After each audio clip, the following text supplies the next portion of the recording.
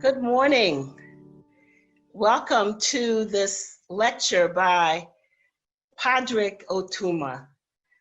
The lecture is called The Shelter of Stories in Uncertain Times. I am Joanne Gabin, the Executive Director of the Furious Flower Poetry Center, and it is my pleasure to welcome him to our campus virtually. I must say this has been long expected. I've been wanting to have Pádraig Ó Tuama on the campus since I heard him on the NPR program On Being, and he was being interviewed by Krista Tippett. And the interview came across as so lovely because here's a man who has a great heart, and the calmness and the wisdom and the poetry all resonated in such a way that I became a big fan. So before I give him a formal introduction, I want to say, first of all, thank you to EMU for sharing Pádraig with us at JMU. I want to thank Les Horning, Trina Trotter Nussbaum, Patience Kamal, Cheryl Shank, and of course, my own Taliba Akil for helping me get the details of this lecture reading together. So, I am pleased to introduce to JMU and the world, Pádraig Ó Tuama. I thought, here's a man who has looked pain in the face and found a way to rearrange it. A poet, mediator, peace builder, and theologian, Ó Tuama led the Coromila community, Ireland's oldest peace and reconciliation organization. I wanted him to give some thought to the shelter of stories in uncertain times, because we're really living in uncertain times. We're living in a time where so much is divisive. We are living in violent times, the scourge of police brutality and the rise of what my daughter calls hatriots, a combination of patriots who hate. And of course, the scourge of the coronavirus itself. I thought that in this country where many of the values are bankrupt, unfortunately, the role of the poet is critical and crucial in modeling truth-telling, social justice, and activism. So I'm really, really happy that we have someone here who can speak on all of that and more. Those of you out there who want to ask questions, please put them in the Q&A box, not in the chat, and we will try to get to as many of them as we can at that portion of the program. So without further ado, I want to introduce to some and present to others the wonderful Pádraig Ó Tuama. Thank you very much, Joanne. What a pleasure to be here, and thank you for the very kind introduction. And thank you to Patience and all at EMU and on the EMU organizing team who have coordinated this week so kindly, and to Anya Backlund, who's my speaking agent, who has done such remarkable connection work too. It's a real pleasure to be with you, and a pleasure to be coming here under the shelter of the Furious Flower Poetry Center as well, a place that pays attention to what work poetry does and what poetry can speak. I'm going to turn off my phone here because it thought Siri, I was asking Siri something. So it's a real pleasure to be here under the auspices of the Furious Flower Poetry Center, a center that pays attention to the question about how poetry can speak to the public good and how poetry is in conversation, which it always has been, but often I think we forget. I'm going to speak about what it means to be in the shelter of stories. And I'm going to use poetry for this lecture. Whenever I think of the word shelter, I always think that in lots of languages, not just Irish, the word shelter and the word shadow are the same. And I think, therefore, under the shelter of stories becomes a warning under the shadow of stories. And to pay attention to what stories are we telling and how can we be critical about the stories we're telling? How can we recognize the prejudice involved in where we think a story starts? Because where a story starts is an element of control and narration. I heard John A. Powell once speak about whiteness as the narratorial voice of history.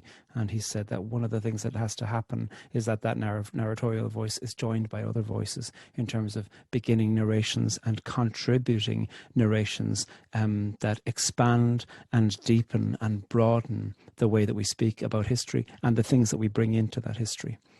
So I'm going to be speaking about the shelter and shadow of those things with story. Religion was a huge thing for me, and I'm Catholic, and one of the things in Catholicism, as well as in other religions, when you start to pray, you often start off by blessing yourself in the name of the Father, Son, and Holy Spirit, like that. And I think the naming endeavor is something that poets are trying to do too, trying to name what is going on. Sometimes the dynamics of society are like a whale underneath the surface, and then it breaches and we see something. And lots of people, lots of artists are caught up in the attempt to name. So here's a poem called In the Name. In the name of goodness, of love and broken community. In the name of meaning, of feeling, and I hope you don't screw me. In the name of darkness and light and ungraspable twilight. In the name of mealtimes and sharing and caring by firelight.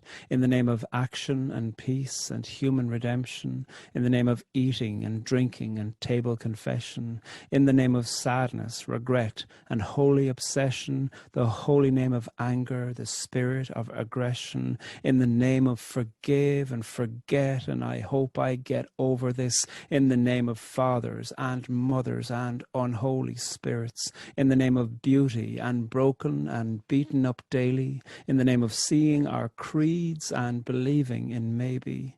We gather here, a room full of strangers, and speak of our hopeland and talk of our danger, to make sense of our thinking, to authenticate lives, to humanize feeling and stop telling lies. In the name of philosophy, of theology, and who gives a damn, in the name of employment and study and finding new family, in the name of our passions, our lovings and indecent obsessions, in the name of prayer, of worship, and of demon possession, in the name of solitude, of quiet and holy reflection, the lost, the lonely, the without direction, the early, the late, and the wholly ineffectual, in the name of the straight and the queer, transgender and bisexual, in the name of boot clogs and boob jobs and erectile dysfunction, schizophrenia, hysteria and obsessive compulsion, in the name of Jesus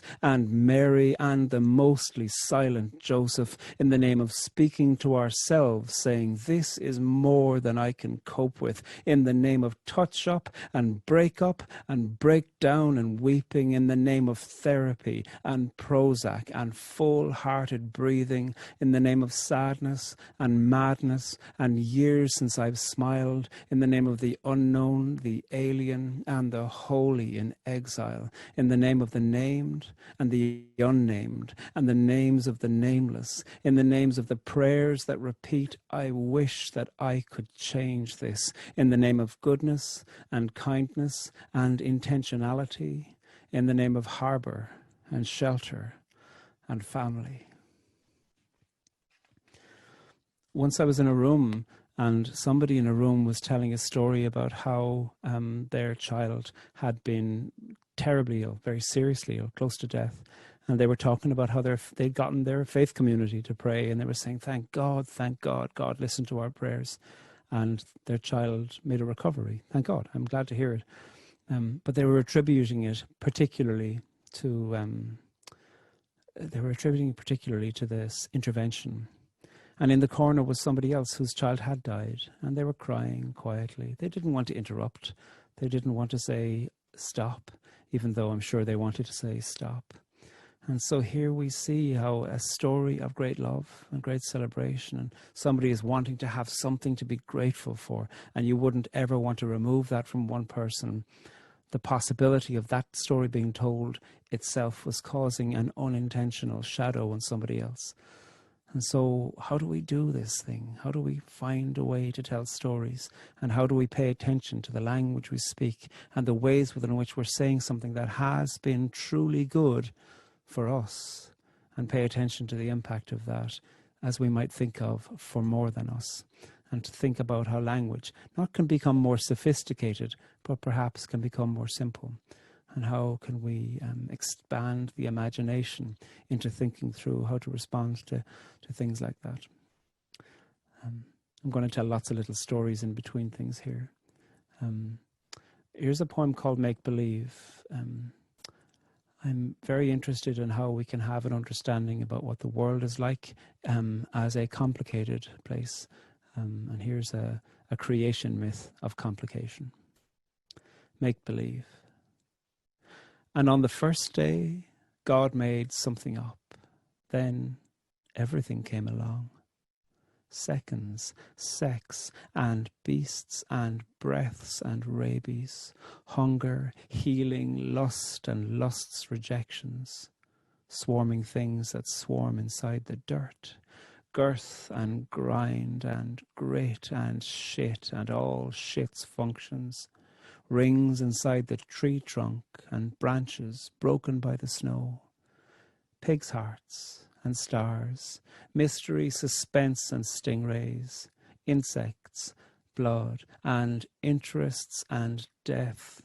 Eventually, us, with all our viruses, laments, and curiosities, all our songs and made-up stories, and our songs about the stories we've forgotten, and all that we've forgotten.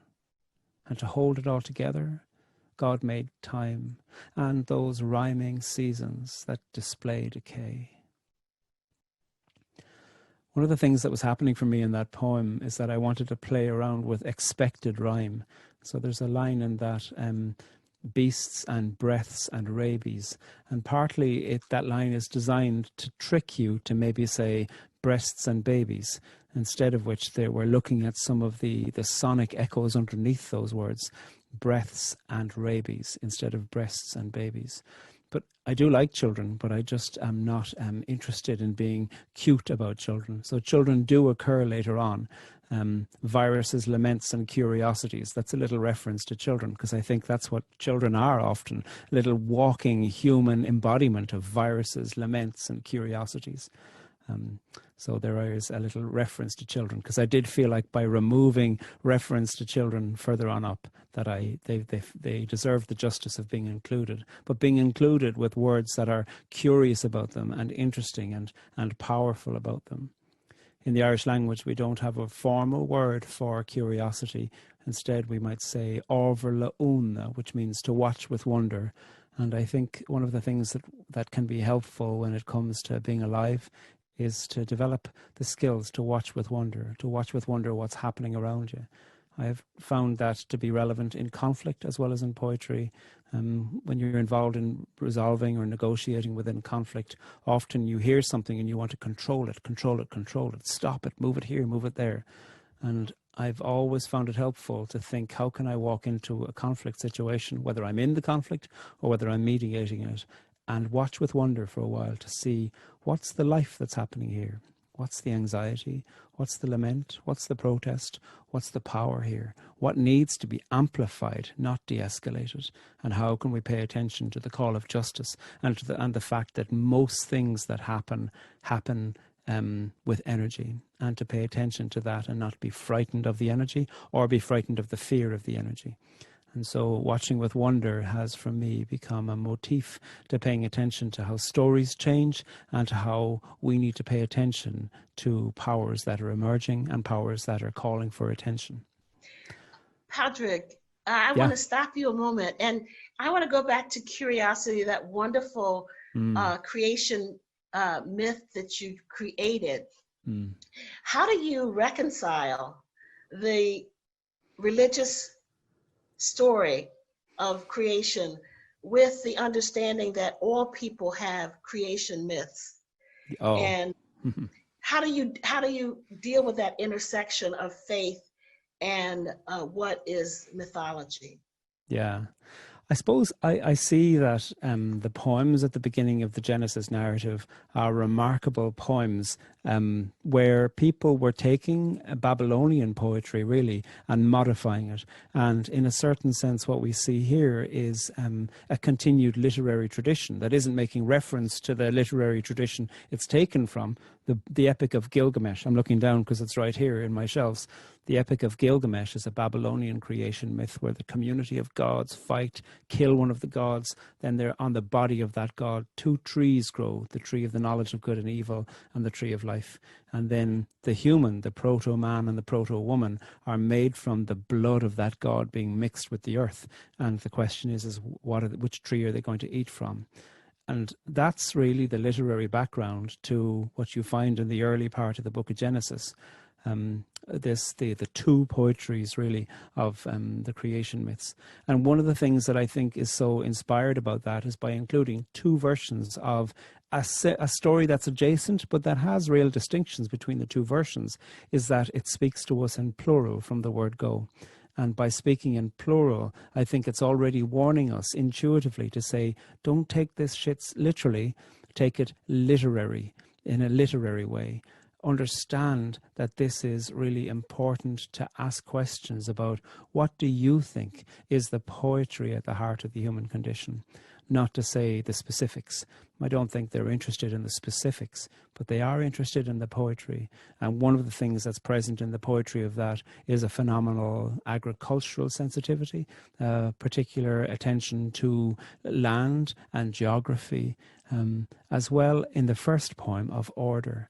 And I think as a result of that, folks are invited to think through, well, what is my creation myth?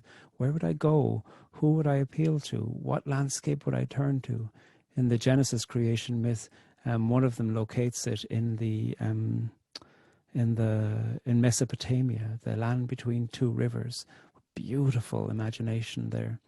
And then similarly, in the first creation myth that you find in Genesis, it starts off, Bereshit bara Elohim, at the beginning of God's creating of the heavens and the earth. And then you hear in English, when the earth was welter and waste. And welter and waste is just a piece of alliteration to try to put into English this term that you find in Hebrew, tohu vavohu. Nobody knows what tohu vavohu means. It's just a noise to describe chaos. And welter and waste is how it's been rendered in English. You could also render it pell-mell. Were we speaking Irish, you could call it rí rágus rúlabúla.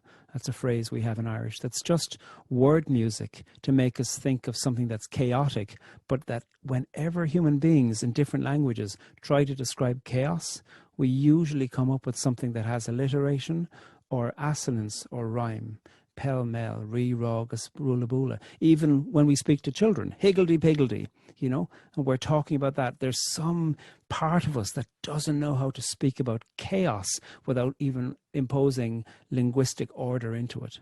And I suppose I was interested in this make-believe poem to try to describe some of the chaos and to try to go into that. It's a long expansion, I suppose, really, of what in Irish you'd call rí rágus rúlabúla, but in Hebrew is tohu vavohu.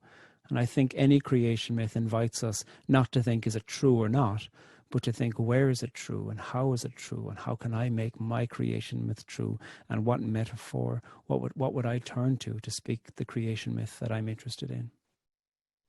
And I think that's one of the things that I think in terms of living with stories, I think the last 100 years of fundamentalism regarding biblical myths has really done a disservice to the literature of biblical literatures and the library of work that you find there.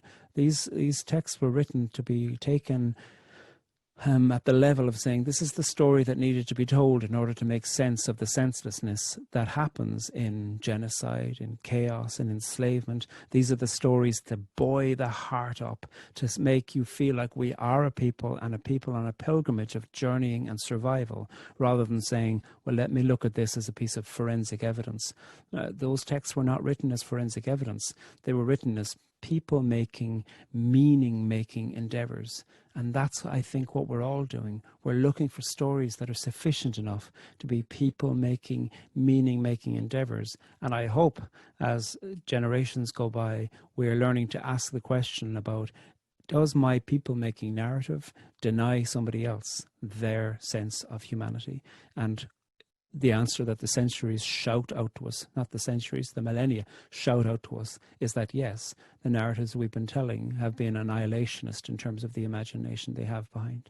So how can we find new ways of telling stories that are not dependent on making an enemy or a devil of another group of people?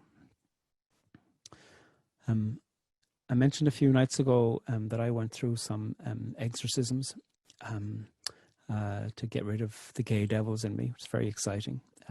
The first exorcist I had was from California, and I don't hold anything against the people or the place of California, especially since I had that lovely sushi when I was there last time. But I think there's something really interesting about how we demonize other people. And this was a situation of, on the one hand, hearing somebody tell me that I had a gay devil in me, and part of me knew I didn't believe it, but a part of me responded with such anger, it felt like it gave birth to a devil in me. And that stuff goes on for a long time. Trauma gets planted quickly, but takes a long time to undo. And then especially when it's further consolidated by another experience and another experience and another experience, and a generation and a generation and a generation and a generation, that goes into the bones, into the DNA. So here's a poem called The Exorcism. The Exorcism, Part 1. I wish you weren't American. I wish you didn't see intrinsic evil in me. I wish you hadn't dragged my secret from me. Now I know you knew already. Someone squealed. I wish you didn't put your hands on me while you were screaming at the devils in me, all my homosexualities. I wish you'd never gathered people round, instructing them to pray in tongues, or read from Revelations, or chant Jesus, Jesus, Jesus. I wished you'd shut up. I repeated, Jesus, Jesus, Jesus. I wish he'd answered. I wished you dead. And I was frightened at the violence in me and the nest of demons in me. I wondered where they lived. In my semen, in the dreams I had of being kissed. Why did they breed in me? My God, my exorcist. To plant a narrative of trauma into a person is to control them by a controlling story, and a story that's always going to fail. One of the things that I think can be involved in taking story seriously is to ask more. Having been told through 3 exorcisms when I was 18 that I had the devil in me, it did deepen a curiosity I had about the devil. And that in many ways forwarded me on to study theology seriously. And when it came to look at the characterization of the devil, I found it really interesting. And strangely, I found myself being liberated from demonizing and demon-making narratives by taking the devil as a literary character very seriously, and taking hell very seriously too. So I have a poem, where is it? It's here, about going to hell. And it is kind of a blessing, because I found it very helpful to go to hell.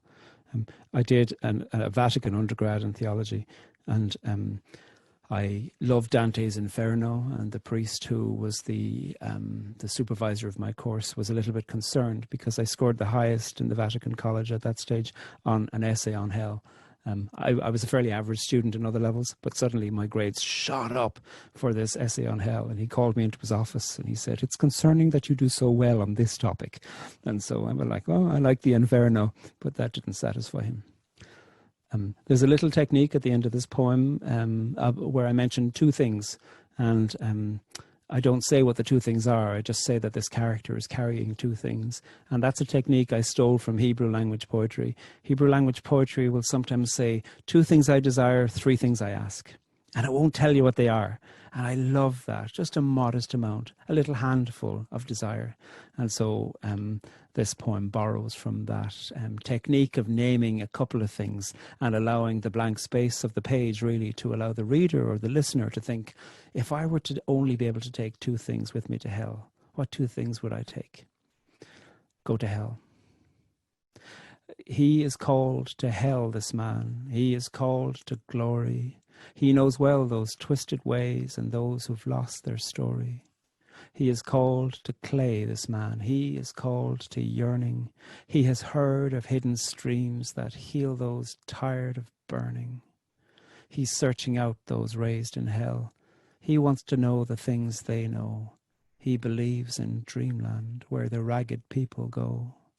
He is called to quiet now. He is called to silence, to squat down on the breaking ground with those who've swallowed violence.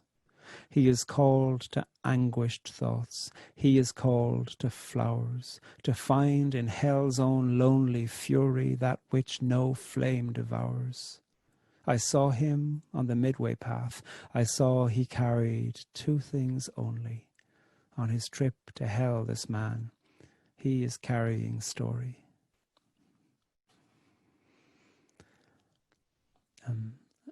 I want to read a poem called Twisted. Let me see if here it is. I wrote this in 2016.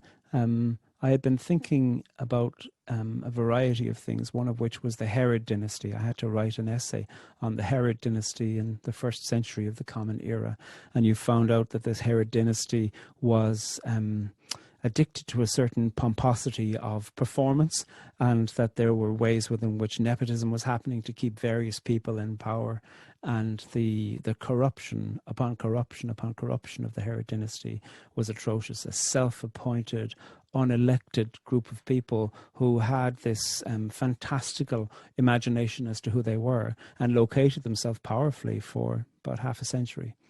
So here's a poem called Twisted. And I think it's too easy to think, God, aren't they bastards? And partly what I wanted to do, this is a sonnet, and a sonnet always has to have a volta, a little twist, a turn. And I wanted to have a volta to myself, to think, where am I playing along with not doing the things that I'm good at? Where is my imagination of myself self-aggrandizing?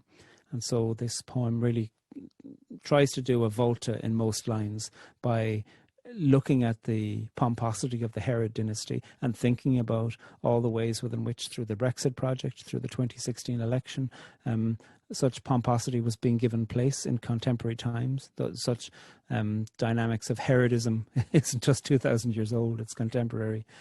But I also was not happy to just think that that's them. It has to be me if I'm to take the question seriously. Twisted.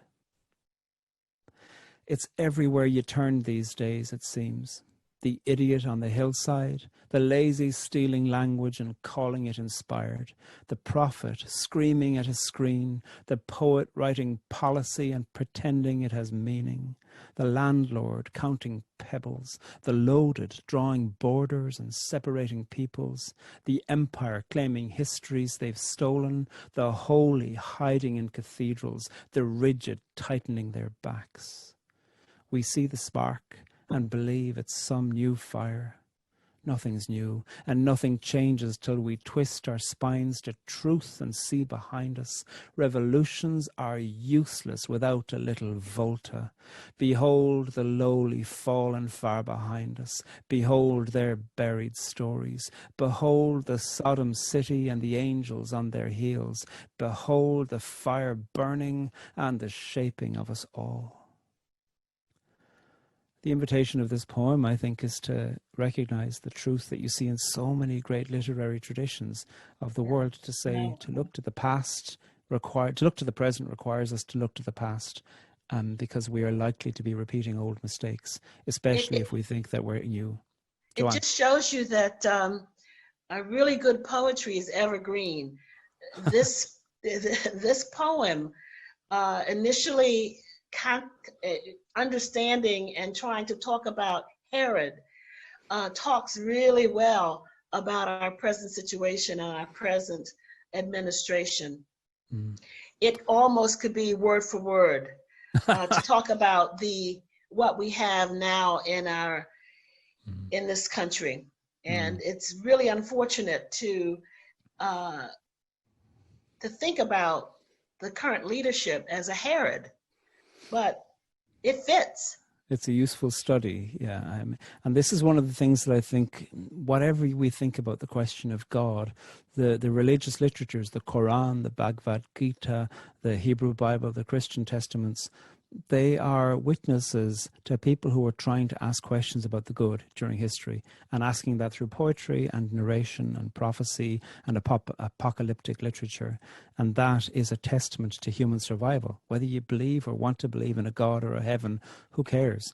There's something powerful about these literatures that must be taken very seriously as political engagements through the arts with what it means to have some kind of story to hold you there. One of the things that happens to me, well, maybe I should ask this with a question. The question is, what are you like when you're in conflict? What happens to you? How does it land in your body? Where does it land in your body?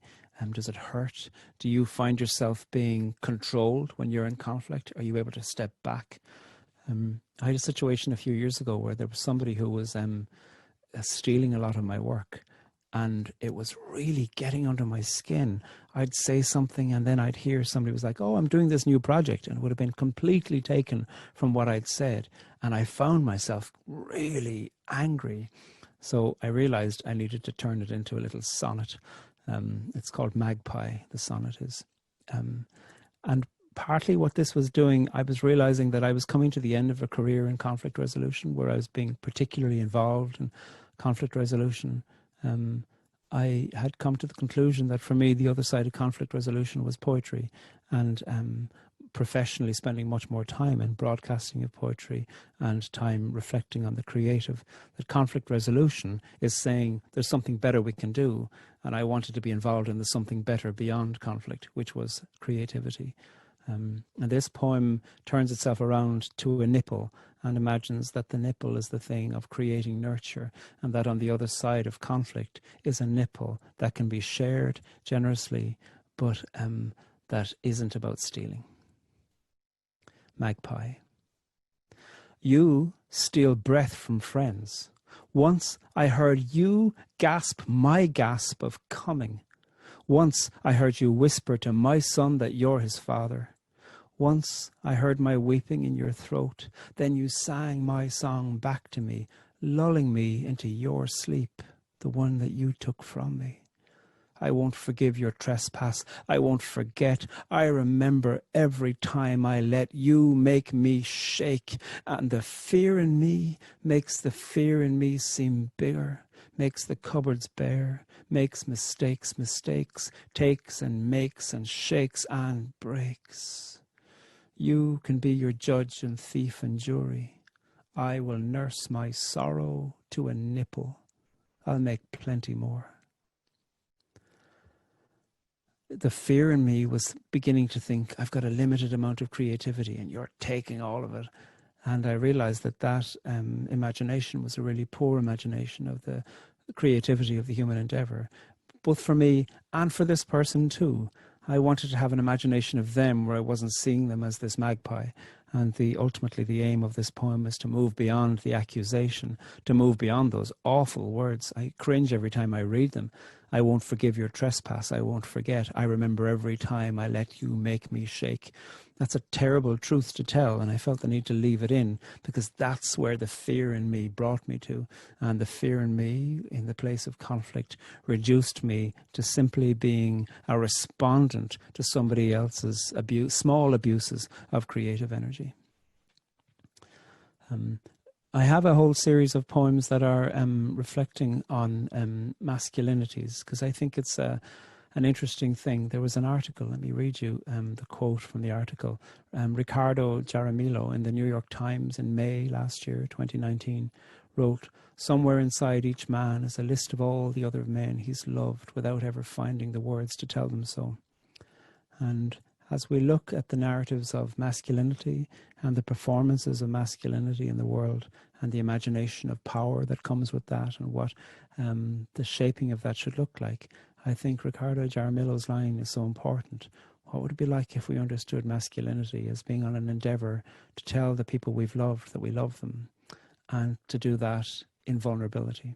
So I've written a few love poems for friends, and I'll read a few of them. I have this friend, Neil, in Australia. He is a beloved man in my life. I'd always thought that my best friend would be somebody who was a poet and where we'd talk for hours and hours about existential meaning. Then I was roommates with this guy, Neil. He's a carpenter. And, you know, I'd start off some topic and he's like, oh, I don't care. Do you want to go for ice cream?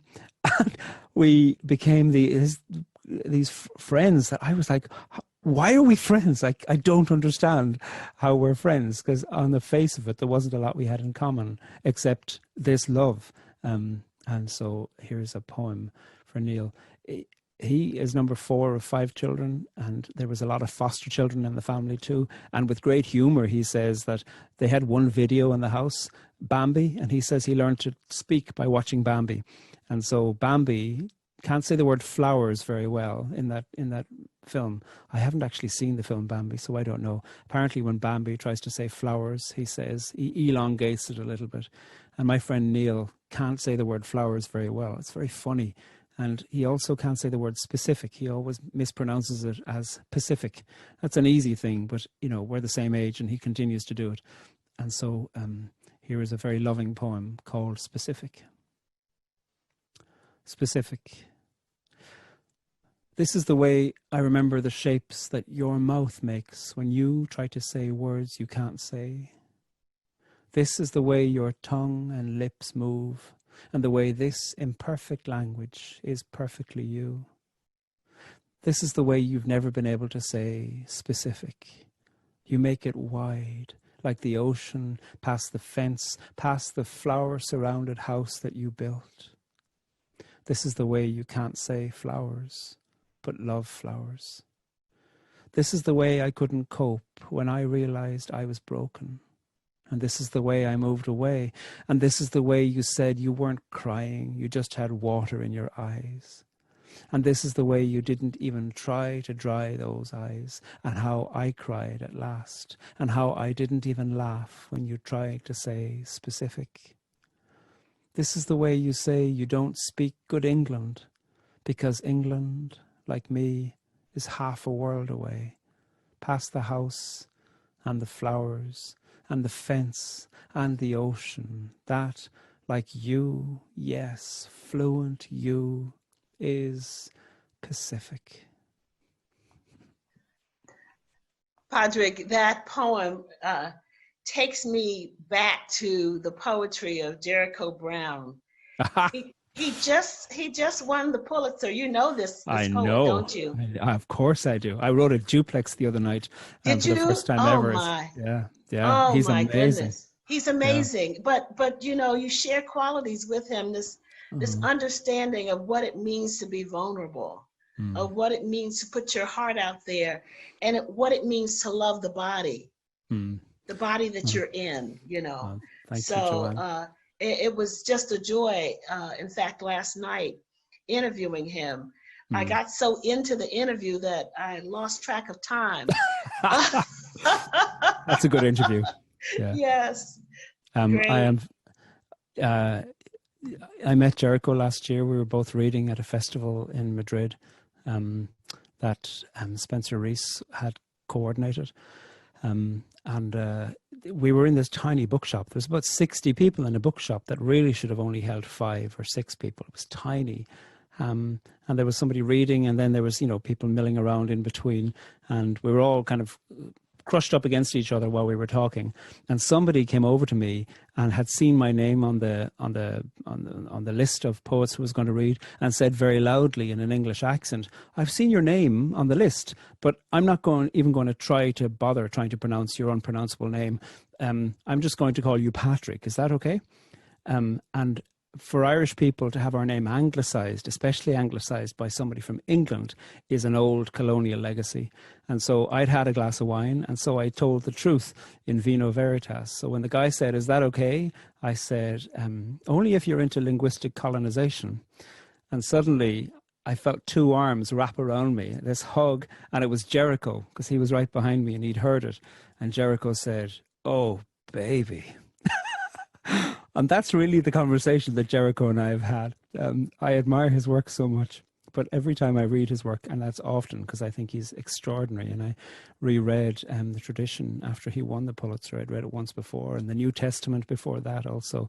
I'm struck by the power and the vulnerability and the music in his work. And one of the things that I listen out for, poetry doesn't have to have music in it, but it's one of the things that I listen out for. And I think Jericho Brown is one of the epitomes of what a contemporary bard is like in terms of the musical quality of his work that amplifies vulnerability, lament, protest, and accusation together with stories about what it means to be human. Music is very, very important to you as well. I've been really enjoying the music in your poetry. Yes. So, yes. It's called the Irish Mode. W.B. Yeats encouraged the poets that he was mentoring to learn how to speak Irish in order to be able to learn to read Irish poetry, because Irish poetry isn't built on iambic pentameter or any iams really. Irish poetry is built on a flow of elongated vowel sounds that create something like a stream of vowel sounds which can be amplified to music. The ah, the e, the o, the oo, and those things can be lonely, they can be celebratory, they can be all kinds of things, that is hugely what has influenced me in poetry. I did a book on Sterling Brown, who was so much into the poetry and music, and he invented the blues ballad. He also, of course, loved jazz, and so he put that, like Langston Hughes, in his poetry. Beautiful. So those two media are really, really important. Years ago, like, I've written poetry since I was 11, but I didn't tell too many people about it. And I lived in Australia for about 4 years. And when I came back from Australia to live in Ireland, I realized that one of the things I needed to do was to find a poetry community, as well as just tell people that I liked poetry and that I read poetry. And I realized, actually, when I started to tell people, like I was coming out or something, that they were like, "Yeah, we know. Like, you're always reading books of poetry, and it looks like you're always writing it too." And people knew more about me than I knew about me, that they knew. Anyway, so I used to go along to this magnificent open mic poetry event in Dublin called Poets Anonymous. It was in the smoky basement of a bar on the Quays on the north side of Dublin. And there was a woman, an Irish-Mexican woman called Delta, who was an avant-garde freestyle jazz poet who used to facilitate it. She was overwhelmingly brilliant. And I used to bring along friends to this poetry evening. And the night before the Iraq War broke out, we had a Poets Anonymous meeting and people were reciting. And my friend, Jenny, who lived in the flat below me, Jenny was like, "My God, is this what poetry can do?" People were talking about the war. And we went back home and went for a beer with herself and her husband. Their twin boys were asleep. The husband had been babysitting. And she was saying to her husband, "Look, there was poems about war, there was poems about sex life, there was poems about language. It was amazing." And her husband, Dominic, said to his wife, Jenny, "Listen, Jenny, I don't want you writing any poems about our sex life." And I got a little idea.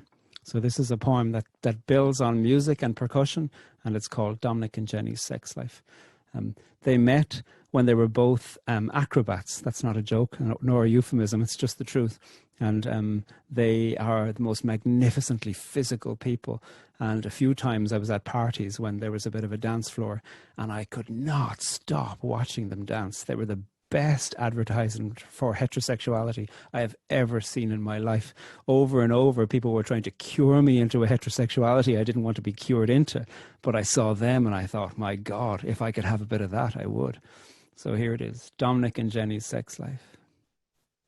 I saw them dancing, and I ceased to wonder. The thunder of his broadened shoulders and her fine head held high, defiant, caring and carefree. She is his racing Pegasus, and he her circling eagle. If they were strangers, their pulse would draw them inward. Were they asunder, oh, I am sure that their thunder and their lightning would bring about a holy storm, a rain-me-down storm, flood the earth with water and float upon the ark of our own love storm. And they went in, these 2 by 2, and they came out with these 2 more. They have 2 boys, 2 toys, 2 joys of their existence. Each owns the other, and the other knows his own, and they have recklessly demanded and received the fruit of all attention. Oh, I watched them dancing, and I stopped to ponder. The fonder then I grew of this couple's funky grooves, with rhythm in his tender boots, and she exulting in the love that she is living, the life that she is loving. Oh, I give you all my rage and my affection, my love and resurrection dreams. I fling my hands up in the air. I have no cares upon me now. I dance around your body, and we are made here in this space, born again to our own world, hurled upon this dance floor center stage, because we are wounded and we are walking and we are woken to the beat of our own force. They own their earth, they shape their clay, they scale their walls, they make their day. I saw them dancing and I ceased to wonder. Pádraig, I had to fan about that one. That's good. That's very good. I relate. That's Connie Brown wonderful. Thanks very much, John. They love that poem. On their 10th anniversary, actually, they bought a bottle of wine and read the poem to each other, which was a lovely thing. Then they texted me. Fabulous, fabulous. It's a very nice thing. I want to read some new poems. There is a text in the New Testament that speaks of the abduction and torture of Jesus of Nazareth. And it says that he is abducted, arrested, and he is whipped. And then it says he was brought to the praetorium, which was the kind of the guards' barracks, the guards' quarters. And then it says after the praetorium. And there are 2 theologians, David Toombs and Jamie Reeves. And David Toombs and Jamie Reeves have both been really interested in what's the gap between that. Brought to the praetorium, after the praetorium. What's the space there?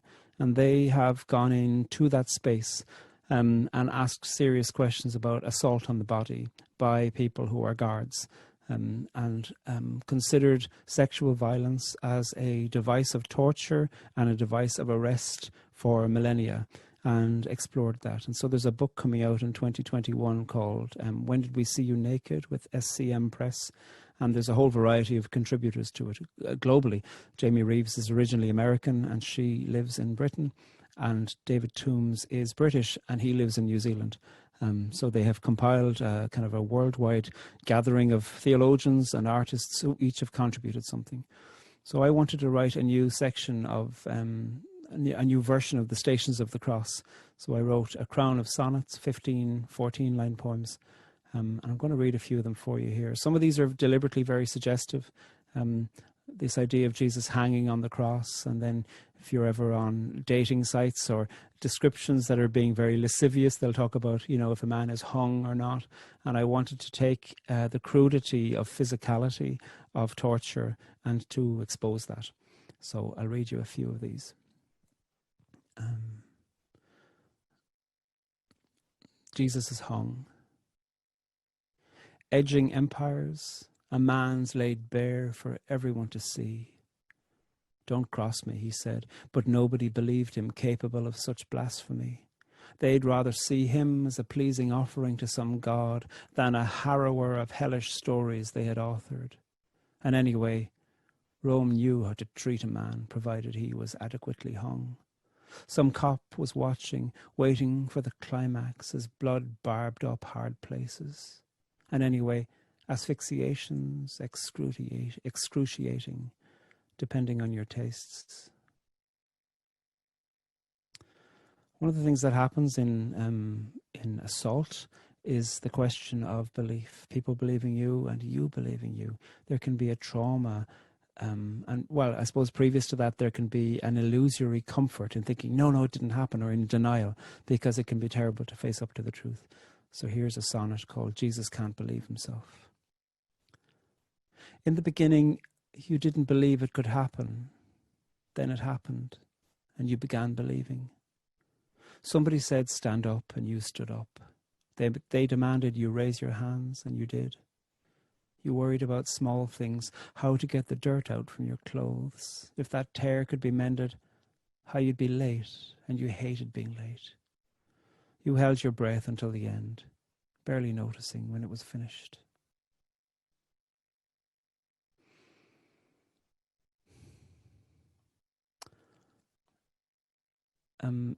I think sometimes it's really worthwhile taking attention to the literary quality of the text messages we send. And here's a poem about asking a friend for help via text. It's called Jesus Texts. You text your friend, they don't reply. Never mind. You're not sure what you'd said anyway. You scroll through feeds, hoping something might make anything make sense. Oh Lord, my grief is like a river inside me, filled with dead things I didn't kill. You lock the door. You check it. Check again. Oh Lord, dead things. Kill.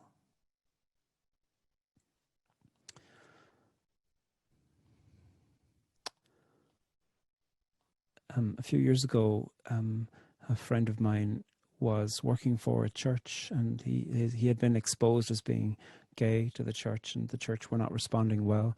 And before he left the employment, one of the things that they'd done was that they'd said to him, you can't dress gay anymore.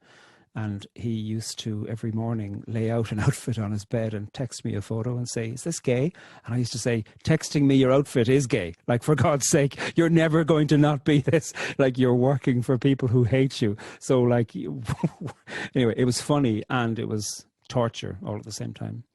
So here's a poem called Jesus Dresses. Not that one, you decide, replacing the top that suits you beautifully with the one they won't deride, or at least won't use to justify your firing. You lay out an outfit on the bed, like the clothing for a corpse, and text your friend a shot to check it's not too gay. Texting me your costume of the day is very gay, your friend replies. You always look magnificent, plus, fuck them. The last one I'll read from this series of these new Stations of the Cross. It's called This is a Body, this sequence, and it's called Jesus Fears. It's hard being frightened all the time. You see a tree and imagine it spells death. You select a leader, totally expecting he'll reject you. You spot a guard and know the only way he'd touch you is to torture you. Even friends, even ones you wrapped your arms around, even ones you did your best to love, them too. What do you do when you're abandoned? You return to prayers you learnt at school. There is a green hill far away. I'll move It's towards wonderful. finishing. I love the Jesus stories so much because for me, I want to see the man. I want to see the human being more than the God. Yeah. And so for me, that scene in Gethsemane, where he says, take this cup from me, and there's no one who's there to really pay attention to him. He's asleep. Yeah. But they're asleep. But he's in his dreams. He's talking to God. He's saying, take this cup from me. Yeah. And that vulnerability is so touching to me. Yeah. But he then decides, it is for this purpose that I have come here.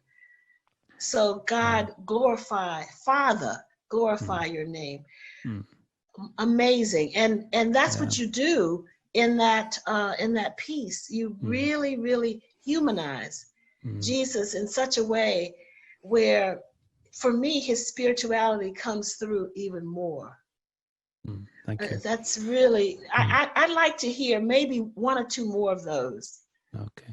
Yeah, well, I was going to read one. One of the things that bothers me so often is the desexing of Jesus as a human being. I don't know what his orientation was. There is one story when Jesus is talking to his disciples and they're in a house, and it's arguable that it's his house in Capernaum in the Gospel of Mark.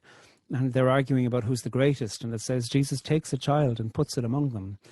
Who is that child? His own, presumably. I think that's the most obvious explanation. But there's this secret life of the ordinary, flourishing, fruitful life of Jesus that I think is seen to be blasphemous. And what's blasphemous about that? And as a Catholic, when people talk about the Blessed Virgin Mary or O Virgin Most Pure, I think Mary, whatever's going on there, the idea of virginity and purity being together is a really poor imagination. And certainly, speaking as a former virgin, I was not pure, even though I could make arguments about technicalities. So anyway, here's a poem called Jesus Fantasizes.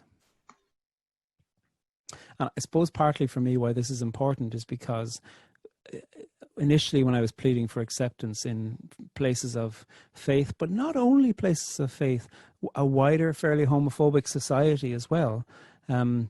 People project all their worst fears about what they think LGBTQI people are like onto you. And I initially used to try to go, no, I'm not. No, I'm fine. I'm totally fine. Don't worry, And then I stopped doing that. And one time a friend said to me, so when I came out to him, he said, did you fancy me ever? And I said, no. And then he was like, why not? I'm hot. And there was a way within which ultimately he was speaking about himself. And I had been following along. And I think for me, the project of my life has been to remove myself from other people's powers, as well as then to be critical of the powers that I have, that I haven't been paying attention to, and to decolonize those and to examine them and look where I have been the oppressor too. So here's Jesus Fantasizes. It's the desexing that bothers me, as if I never had a boner or some lust, as if I had so much of God's business to consider that I never wanted kisses or a nail run down my back. I woke every morning the way men wake every morning. I sought some comfort in some touch and thought that much could be achieved if people made more love more often. I think I'd have made a pretty average father, by which I mean okay, by which I mean I wish. I would like to age and watch my children grow. I would like to hold on to my body. There's a book I read just a little while ago by Sue Monk Kidd, The Book of Longings, where she does just that. She gives Jesus a wife and certainly siblings and all the chaos around family, no children. But to me, that was such a wonderful book because I wanted to see Jesus have some sort of life between his childhood at 11 when he goes into the temple and when he is crucified. I wanted something to be there that had some meaning. So yeah, it's a good book. It's a good read. Yeah, somebody else told me about that the other day, and I had noted it. So you've pushed it up to the top of the pile just there, Joanne. I'll finish with this poem. A few years ago, a beloved friend of mine, Glenn, said to me, "When are you going to start to write nature poetry?" And I was like, "I've no idea." I grew up in the countryside. But I read a lot of nature poetry, but I had never thought about writing nature poetry. I tried a few and was not happy with what it was because there wasn't an energy of connection. And Glenn died just this June, and very suddenly, he was only 55, and a nature poem arrived too late, and it's about him. And one of the things that this nature poem does is that it takes the old words for birds in Irish. The words in English for birds are lovely, but the words in Irish for birds are beautiful. Spideog is the robin, which means little mischievous, which is beautiful. A butterfly is called a féilachán, which means a little festival. The bullfinch is the scarlet one of the woods. The greenfinch is the young light on the oak. And I just think those descriptions are so beautiful. And this is an elegy for him, as well as a praise song for all the animals that I can see through my back window.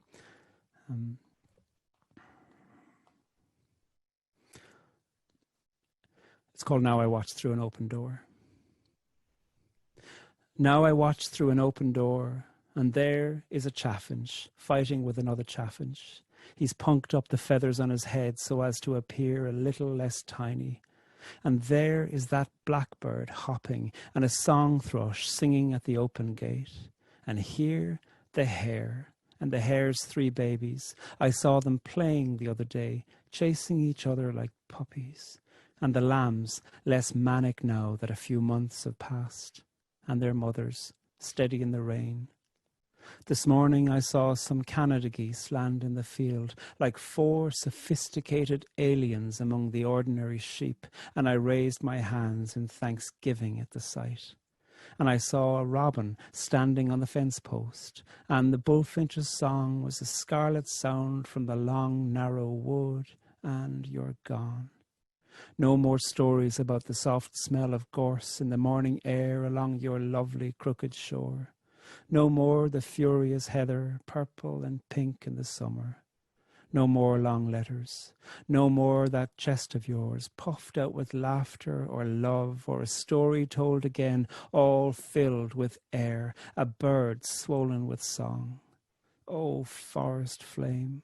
Oh, young light on the old oak. Oh, small brown druid I hear but never see. O red king of the morning, O dainty feet among the dung heaps, O fierce goose with fierce goslings, O muscled hair russeted by the long evening, O my low dear, powerful and insignificant, O glen, O magnificent. Thank you. Thank you so much for that. I'm so moved because I was thinking of my nephew when you read that poem. COVID has really impacted my family. My relatives have been stricken with that coronavirus, and my nephew, Lenny Veal, passed away from it. Oh, and so there's so much fear, so much fear around domestic violence, so much fear around the violence in the street, so much fear of COVID. And if you would allow me, I wanted to read just a few lines of a poem that I did early on when I was sheltering in place because of the coronavirus. And I want to dedicate these lines, these few lines, to my nephew. It's Psalm 27 in the COVID-19 season. The Lord is my light and my salvation. Whom shall I fear? The Lord is the strength of my life. Of whom shall I be afraid? Fear is in the air. There's no mask that can keep it from seeping through the cloth webbing. It is in the shifting eyes of shoppers who hold their breath as I pass. It is thick and viscous and diffuses the light. The enemy is invisible. It cruises on the wind, hangs on metallic things like magnets, shape shifts in the lungs to mercury that drowns with its wicked weight. Fear comes with legions. They slay the weak and the strong, but mostly the unprepared perish. The virus recreates itself in its own image, affirms its beauty over and over again. A crown of glory crowding out your face. This hideous thing mocks my movements. Though I run to the rock, there is no hiding place. It skims the ocean like a well-thrown stone, troubling the waters in circles of grief. So that's a part of it. I just sat down and responded to every verse in that psalm. And it showed, I suppose, my mindset at the time, this fear. You say something so wonderful in your book, in the shelter, about fear and courage. Uh, it says here, you write, what is interesting in the sign for fear in the British Sign Language, it uses the same finger spread and touches the chest. It is as if to imply that the difference between fear and courage is whether what is in you comes to the fore or not. It occurs to me that courage comes from the same place as fear. And where there is fear, there is the possibility for courage. Mm. I love that. And I wanted to understand that intersection of fear and courage, and maybe say something more to us about that, because right now we need to feel that intersection and go from fear to courage. Yeah, well, I'd be delighted to say it. I'm not very good at philosophy, but I love language, and I love the architecture of language. Somebody in one of the sessions during the week, Jude Smithy, pointed out this massive book of etymology in the background. I love etymology, and not because it's abstract, but because it's the exact opposite. Etymology looks at the architecture of what a word has meant and where it's come from. And the word courage comes from the Latin word cor, C-O-R, meaning heart. And so, therefore, courage can often seem like bravado, you know, but it's not. Of course it isn't. It's about what does the heart know and what does it mean to put the heart out in public.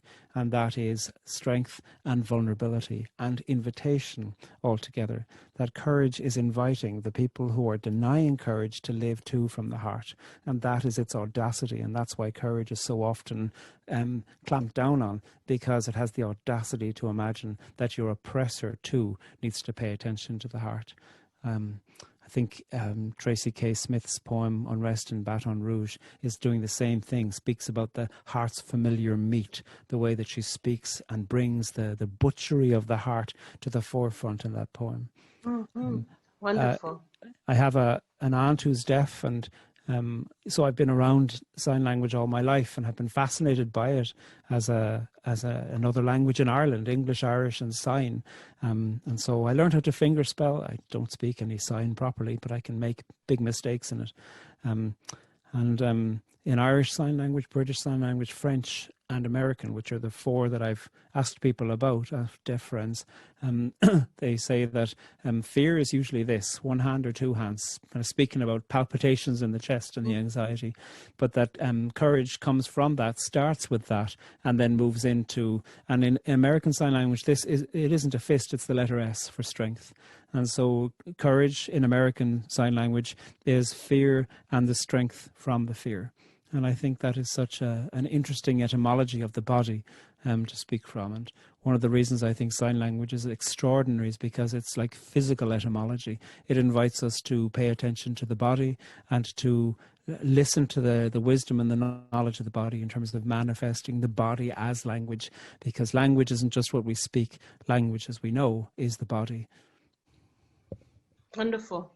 We have a lot of questions for you. Okay. So I will try to get through some of them. My wonderful friend and colleague, Sophia Samatar, asks, I once came across the English word tohubohu, meaning chaos. The dictionary tells me it's informal, and North American, but I'm an informal North American myself, and I've only seen the term in a book. I never knew the origin of this word before. Thanks. So she's writing. She's talking about that. Can you pronounce that word? Well, in Hebrew, properly? I mean, in Hebrew, B and V, like in lots of languages, it's somewhere in between. So tohu vavohu or tohu babohu. And that is the word that's translated into English as welter and waste in the opening line of the Genesis myth. The person who I think has written most powerfully about this is Aviva Gottlieb Zornberg in her book, The Murmuring Deep. I'll say her name again, Aviva Gottlieb Zornberg, in the book, The Murmuring Deep, which is an exploration of the biblical unconscious. And she does an exploration of the motif of chaos in these stories, and it's magnificent. So, thank you.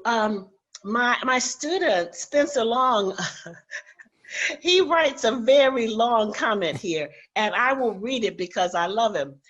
Thank you, Pádraig. Thank you. As a gay, transgender Christian man whose grandparents were Protestant missionaries in Europe, I have a complex relationship with your own story and those stories you tell. I'm so grateful for your words of wisdom and vulnerability. I'm looking to study theology, partially because of hearing from many wonderful people on being, including yourself. I took a course last spring on narrative storytelling in Northern Ireland, and I continually sit with it, what feels like this immense hypocrisy, that so much discord and hatred has sprung from one faith, one God, whom I have been taught and believe in, love. I so desperately want that shared faith, that shared belief that God is love, that commitment to love God and love others to be enough. And yet here we stand. Is it the varying interpretation of the biblical story that creates this hypocrisy? Is it the politics of the church? Not that these questions have a particular answer, but if you have thoughts, I would love to hear them. Thanks, Spencer.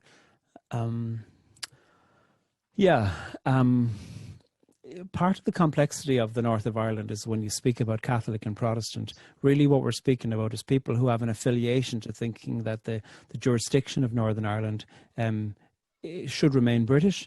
That would be a Protestant point of view, or should be Irish and Ireland should be reunited. That would be a Catholic point of view. These are vast generalizations I'm meaning. So in many ways, religion here is an indication about a politic and an indication about what you think about a land, and particularly in light of the Reformation, when Britain was becoming Protestant and Ireland was remaining Catholic, that therefore, and then Britain was present in Ireland, therefore the question as to whether you converted to Protestantism or not was really about affiliation to Britishness and the colonial project, or affiliation to Irishness and the colonized project.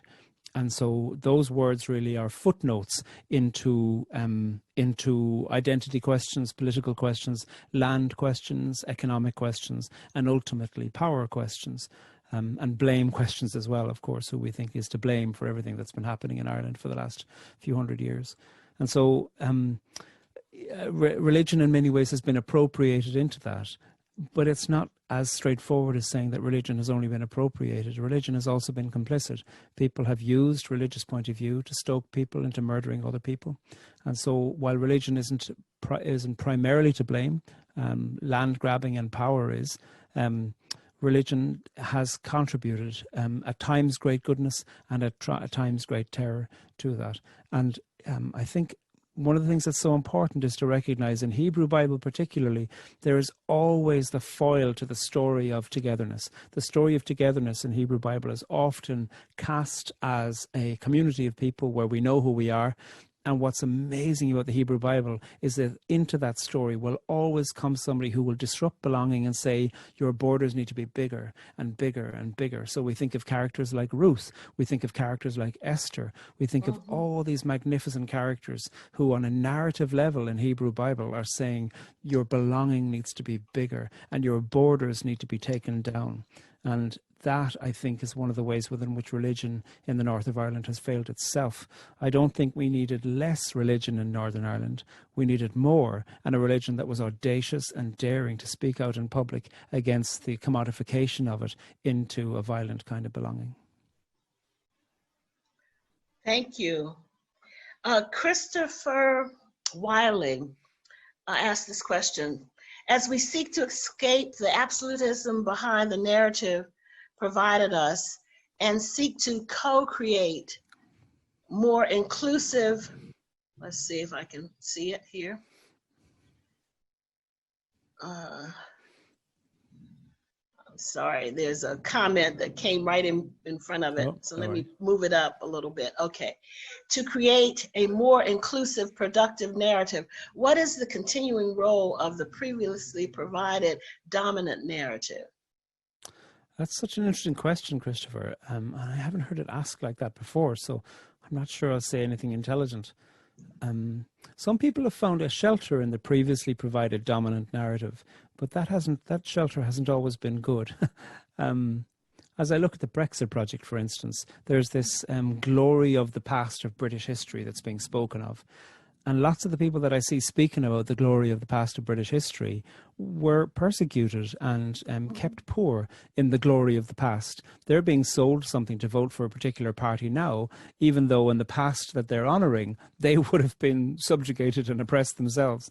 And so often these dominant narratives themselves are not good to the people who are part of them. They use them for spin, but I don't think they use them for inclusion or support or uplifting. Yeah. So I don't know what the role of the dominant narrative is. I think certainly we need to take it seriously. We need to ask the very important questions about truth there.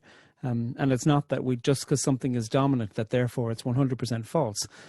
I mean, the question of evil has always surfed in under the question of the appealing and the question of the good. And so evil can come in and do terrible things to people in the midst of also providing a place of belonging. There can be great sense of belonging and community and togetherness and support belonging to a group that's exclusivist and hate-filled. And the belonging of there can feel really important, but that it comes with a mandate of believe this other thing or you'll be out. And I suppose what we need to do is to figure out a way where we can recognize in all points of view, dominant and oppressed, ways within which illusion and lies are operating there, and to figure out how can we all be saved towards each other. One of the things that I think the book of Leviticus does so interestingly is, I mentioned this the other night, so sorry for repeating myself for those of you who heard it, is the book of Leviticus speaks about who's in the camp, and it kicks people out of the camp for various sanitary reasons or doctrinal reasons, etc. But it always provides a way for them to come back in. And the book of Leviticus has an understanding where a small community of people who need to survive together. And it's saying, here's an exclusion from the camp for a period of time and then back in. And I think that's a really interesting point. I've been writing poetry together with some people in Scotland who have been released from prison. And the lack of support when you're released from prison and brought back into the community from authorities is enormous, and it really does depend on the question of your community and family and friends around you as to what that's like. For some people, they come back into a community that embraces them, and other people come back into a community that denies them, and the isolation that can come from that can be enormous. And I think from that, one of the things we need is a question of togetherness, that when we deconstruct narratives, that we're not exiling people, because there does have to be an imagination that we can all try to do this together, rather than just excluding a new set of people for the sake of the important narrative being amplified. And I think that there does need to be the awful, awful recognition that we will somehow have to do something together. And that calls us to all kinds of strange communications with each other. And so recognizing how the dominant narrative has had appeal, and paying attention to where that has been for the good, and dismantling where that has been for the devastating, is really important. I think that was a wonderful answer. You really got into it in a circuitous route, but you got to answer the question anyway. That would be on my gravestone, Joanne. You got into it in a circuitous route. An anonymous attendee writes, how wonderful to listen to your poems, to hear their music. You've touched on this, but can you say more about how you see the role of sound, of rhythm, of rhyme and repetition, and so on in the stories and poems we tell ourselves? How might sound shelter or unshelter us in your poems? Thanks very much for that question. One of the founders, really, of contemporary chaplaincy studies is a person called Anton Boysen, A-N-T-O-N, Boysen, B-O-I-S-E-N. And he had been in and out of places that would have been called insane asylums, terrible word, in the early part of the 20th century, and kept the vulnerable part of himself quiet, really. But as years went by, began to reflect on his experience as patient as well as caregiver. And he speaks about the living human document, which I think is such a beautiful way to speak about the human person. And he speaks about paying attention to the living human document. And the reason I think that's relevant to the question you ask is sometimes what we need is ways within which the transcript of what we're saying can be recorded in order to look back and go, I just used a poetic form there. Mm-hmm. I was speaking in iambic pentameter. I did a volta. That basically is a haiku. And form comes from humanity, rather than us thinking, oh, there's the ordinary people here and then there's the elevated form poets up here. There is ordinary human conversation, which is so beautiful and filled with music, and what we need to do is to pay attention to it seriously enough to see the indigenous and intrinsic music and assonance and metaphor and power that's present in that. So one of the things I think we can do is to listen to each other and to repeat back, to say, I just heard you say that. Can I help you to remember that? Wonderful. Katie Mansfield has this question. What are your experiences with conversations that center the body in peace-building circles? That's a really important question to ask. I have begun mostly through reading something of Jung to ask questions about when people are in situations of conflict, where in your body do you experience this? In your fist, in your jaw, in your gut? And to pay attention to say, what is it that you would want to modify in terms of the body about where this conflict is sitting, and to think through that. There are a whole lot of somatic practitioners in therapy, as well as in what would be called narrative medicine, who are proposing recognition of that. And mostly somatic practitioners are all amplifying the indigenous narratives from Australia, from the United States and Canada, of amplifying the recognition that the body is language, and that paying attention to where an experience sits in the body in itself can be healing. Thank you. A good friend and colleague, former colleague, Chapman Hood Frazier, he asked, you have a wide range of sources you draw from in your work. Who have been key influences in your own poetic development as you move into your nipple of poetry and imagination now? Nice usage of the word nipple, Chapman. So W.B. Yeats has been very important. I'm reading through all of Yeats's work at the moment, and I realize that in every collection of his, there's probably 4 or 5 that at one point during school I knew off by heart, because Yeats really suffused the Irish language, or the English language Irish curriculum.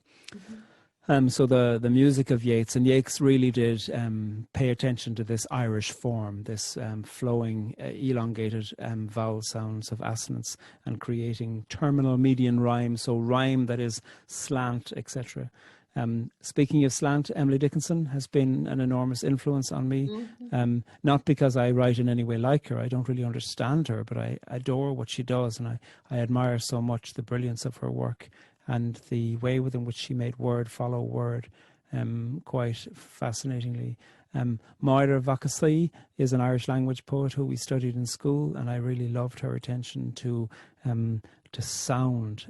I'll say a few words in Irish from one of her poems. The sní criasintna vrachas far mordum donalis go will martha hugastov shude losen near vire. And you can hear in that how enticing it is. It sounds like magic. And I loved what she has done in poetry. I have for a long time been reading Lorna Goodison, who has just finished a term as Poet Laureate of Jamaica. And Lorna Goodison, one of the things she does is she pays attention to how to look at the everyday around you and to amplify that within its community, within its national, within its gendered, and within its salvific property. And I love her work and the evolution of her work. Not to say that it improved. I don't think it needed to improve. It just expanded as years went by. I think she is overwhelmingly brilliant. I was thrilled to interview her last year. So those are some people. Good. Thank you. Sophia had another question about music. I think you've answered it, but I'll read it anyway. Can you talk about the different forms you use? The rhyme and meter in Go to Hell, for example, compared to the flowing internal rhymes in some of your other work. Can you say something about what prompts those choices? Marie Howe, the American poet, always says that that form should be in submission to the message of the poem. So really what I'm interested in is what does this poem need to say, and is there a form that will serve it?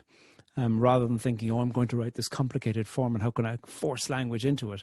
I'm interested in thinking, how can form be the vehicle that the intuition of the poem can be presented with? So, for instance, I wanted to write a poem which I read a few times the other night.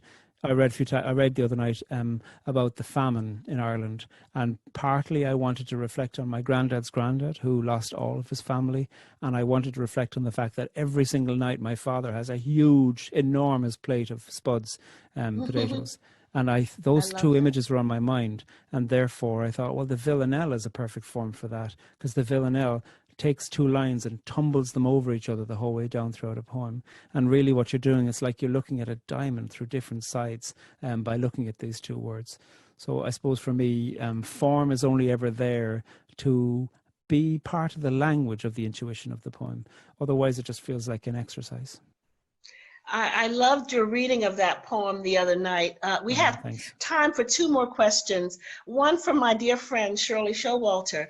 Pádraig, could you give us a preview of the next season of Poetry Unbound and the way in which you select the poems and poets you share from that platform? I was especially interested to see Lucille Clifton, Natasha Trethewey, and Lolly Long Soldier are on the list for the future. How do you select to prepare to share the work of others? So I will typically only use a poem in Poetry Unbound where I've read the entirety of the book from which the poem comes, and where I can, much more than just one book from that particular poet. The aim for Poetry Unbound is to have a short-ish poem that we can read twice in 10 minutes and also have a reflection in between. So there's a natural choosing point in terms of the length of poem there. I suppose I don't like the term accessible poetry because that seems to imply that there's accessible poetry and inaccessible poetry. But I am interested in poetry where the message of it, whether it seems oblique or whether it seems obvious, can have something in conversation with the common good and the public good. Visibility is very important to me and to the On Being project, and so we're really careful when it comes to questions of visibility of gender, ethnicity, identity, sexual orientation. It's really important to us to amplify 24 poets in season 2 and to make sure that we're not being lazy. For me, a diversity quota is an invitation to read more brilliant poetry rather than a thing to say, oh gosh, I've got to do something about diversity. There's so much good poetry being written that it's easy to make sure to go, well, let's make sure to have a real breadth of visibility in these poems. So those are some of the things. In terms of a little anticipation, you mentioned some of the folks there, Lucille Clifton, Natasha Trethewey. There's a poem from Natalie Diaz coming up next year. There's, or not next year, next season. There's an Irish language poem from Nuala Ní Dhomhnaill, which I read in Irish and in English.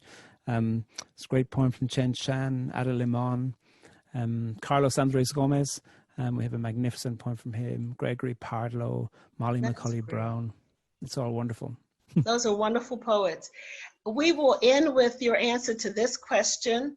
My dear colleague, Frances Flannery, asks, this has been the perfect introduction to the days of awe, which in Judaism are the 10 days of deep reflection between Rosh Hashanah and Yom Kippur.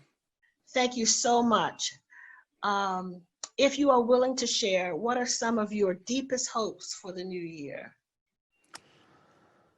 My deepest hopes for this coming year. I think truth is a really important thing. And truth is not a concept. Truth is embodied in the way we live with each other, the vulnerabilities we have, the way we can name power, and the way that we can live into the truth. Because the true is also the saving, is also the beautiful. And that, I think, is the vocation of humankind together. that is painful and difficult, and it causes a certain amount of necessary shame when we reveal things that are true that we don't want to be true. But that's vital, I think. So truth in all of its calling into beauty, in all of its calling into difficult conversation, and all of its calling into the vista beyond difficult conversation. That's what I would hope for. Pádraig, thank you so much. I know I say this for all those people listening, for your wonderful sense of calm, for your spirit, for your kindness. You know, Gwendolyn Brooks said that her religion was kindness, and I think your religion is kindness as well. It's been remarkable spending these moments with you. I hope we can reach across the Atlantic and keep in touch with one another. May you have just a beautiful life and keep writing poetry. Oh, I will. I need to. Yeah. Thank you very much, Joanne, for the generosity of your listening and what you brought out and brought into all of this. Thank you so much. Thank you. It's been Thank you all for being here with us. Furious Flower has been so pleased to bring you Pádraig Ó Tuama. Thank you again, EMU, for your graciousness and allowing us to share this wonderful man of theology and poetry, the mediator and the peace builder. Have a great day. See you soon. Thanks very much, everybody. Bye-bye now.